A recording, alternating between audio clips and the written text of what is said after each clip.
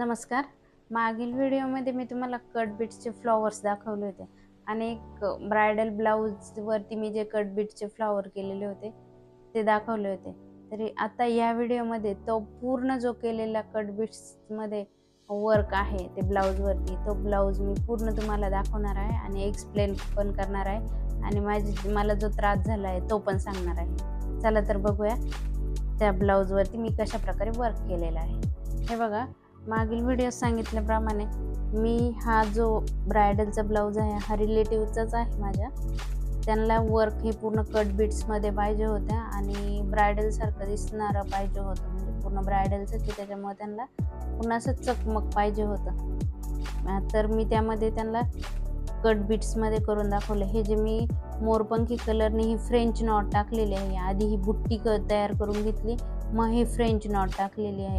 ही कारंद्यांची साडी जी आहे ती ह्या कलरची आहे. मग साडीचं कॉम्बिनेशन ब्लाऊजमध्ये दिसण्यासाठी मी हे केलेलं आहे. आणि हा जो कपडा आहे हा साडीतला नाही, हा तर सिल्कचा कपडा मी सेपरेट घेतलेला होता, त्यावरती मी हे वर्क केलेलं होतं. पण साडीला मॅच करण्यासाठी मी हा मोरपंखी कलर वापरलेला आहे फ्रेंच नॉटला. आणि कडेने हे जे केलेलं आहे हे सगळ्यात अवघड काम हे आहे, हे कट बीट्सचं केलेलं आहे. त्यामध्ये मी हे जे तुम्हाला लाईन दिसती ही पूर्ण चेन स्टिच नाही आहे, तर ही स्टेम चेन आहे जी फांद्यांसाठी, तर तिचं नावच स्टेम आहे, त्यामुळे मी ती स्टेम चेन यूज केलेली आहे. तुम्ही बघू शकता चेन स्टिच नाही आहे, जरा पूर्ण बारकाईने बघितलं तर ही बरोबर स्टेम चेन दिसते.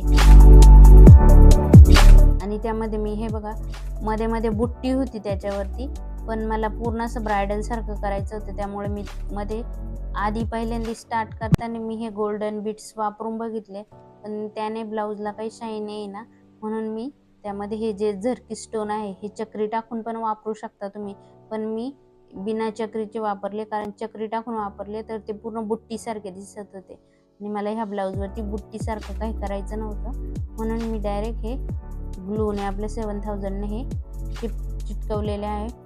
पडती नाही, काय नाही, तुम्ही हात फिरून बघू शकता, कुठेच काय हाताला काहीच लागत नाही. कट बीट जे आहे ते कुठेच वरती आलेले नाहीये आणि कुठे हाताला पण लागत नाही. लीफ आणि फ्लावर आणि स्टेम चेन ह्या 3 याच्यामध्येच मी पूर्ण स्लीव्स तयार केलेले आहे.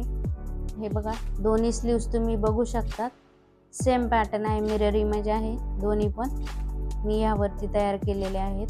आणि हे जे लटकन हँगिंग जे आहे हे पण मी कट पाईपमध्येच केलेले आहे. हे जे कट बीट्समध्ये केलं आणि हे यापेक्षा मोठे कट पाईप असतात त्यामध्ये मी हे हँगिंग केलेले आहे, तुम्ही हे पण बघू शकतात.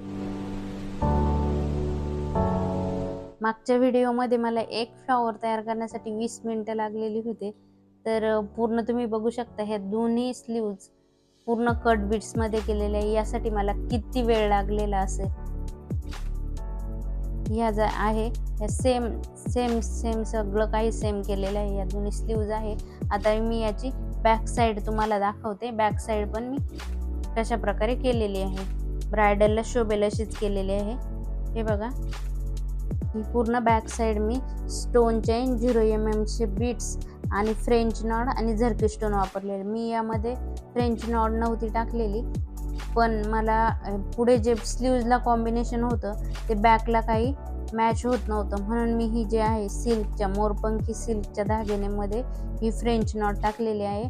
आणि पुढे जे झरकी स्टोन चिटकवलेले आहे स्लीव्जला तेच मी इथे पण चिटकवलेले, त्यामुळे पूर्ण दोन्ही स्लीव्ज आणि बॅक हे दोन्ही पण मॅच होत आहे.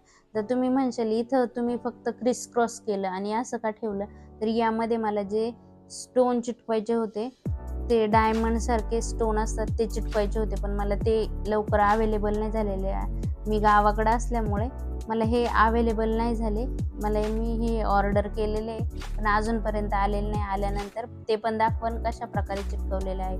आणि मी पूर्ण फक्त हे ब्रायडलसाठी केलेलं आहे ना, त्यासाठी मी इथे पूर्ण तुम्ही म्हणशाल इथं तुम्ही नेट का नाही लावली किंवा इथं दुसरं हँगिंग का नाही केलं, तर मला इथं हँगिंग नाही करायचं.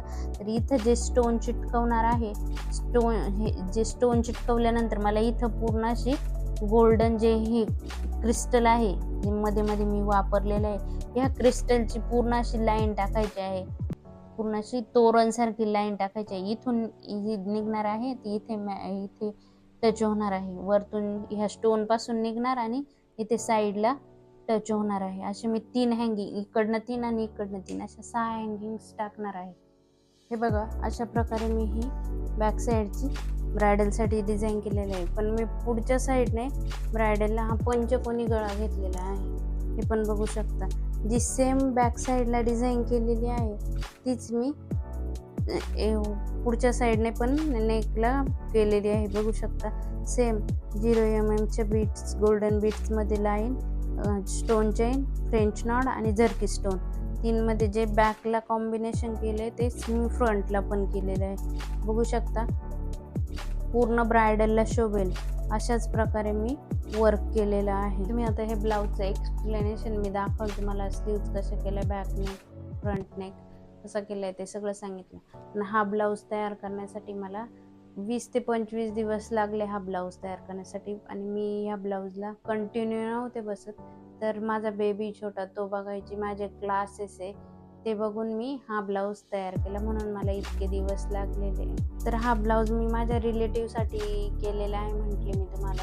पण मी त्यांच्यासाठी पण जास्त प्राईस कमी नाही केलेली, कारण यामध्ये खूप वर्क आहे आणि कट बीट्स हे तोळ्यावरती दिले जातात आणि त्याची प्राईस जसे जसे म्हणजे दुकानदार म्हणता, मला पण नाही माहिती की दुकानदार म्हणता की सोन्याचे भाव वाढले की मग याचे कट बीट्सचे भाव वाढतात, जरदोसीचे भाव वाढतात. ते मला पण नाही माहिती, पण ते तिकडचं भाव वाढलं का हे महाग देतात. तुम्ही विचार करू शकता मला ह्या ब्लाऊजला किती कट बीट्स लागले आणि माझी मेहनत किती आहे. तर मी त्या रिलेटिव्हचं असलं तरी त्यांच्यासाठी फक्त 1001 रुपये कमी केलेले आहे. आणि अंदाजे मला तरी वाटतं हा ब्लाऊज 7,500 ते 8,500 पर्यंत वर्कसाठी जाऊ शकतो.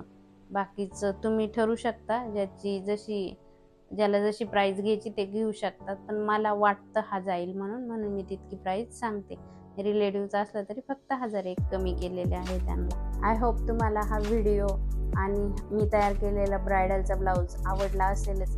तुम्हाला यामध्ये काही शंका असेल किंवा काही डाऊट असेल तर मला विचारत चला, मी तुमचा डाऊट सॉल्व करायचा नक्की प्रयत्न करेन. आणि चॅनलला सबस्क्राईब करायला विसरू नका. चला तर भेटूया नेक्स्ट व्हिडिओमध्ये. धन्यवाद. थँक्यू.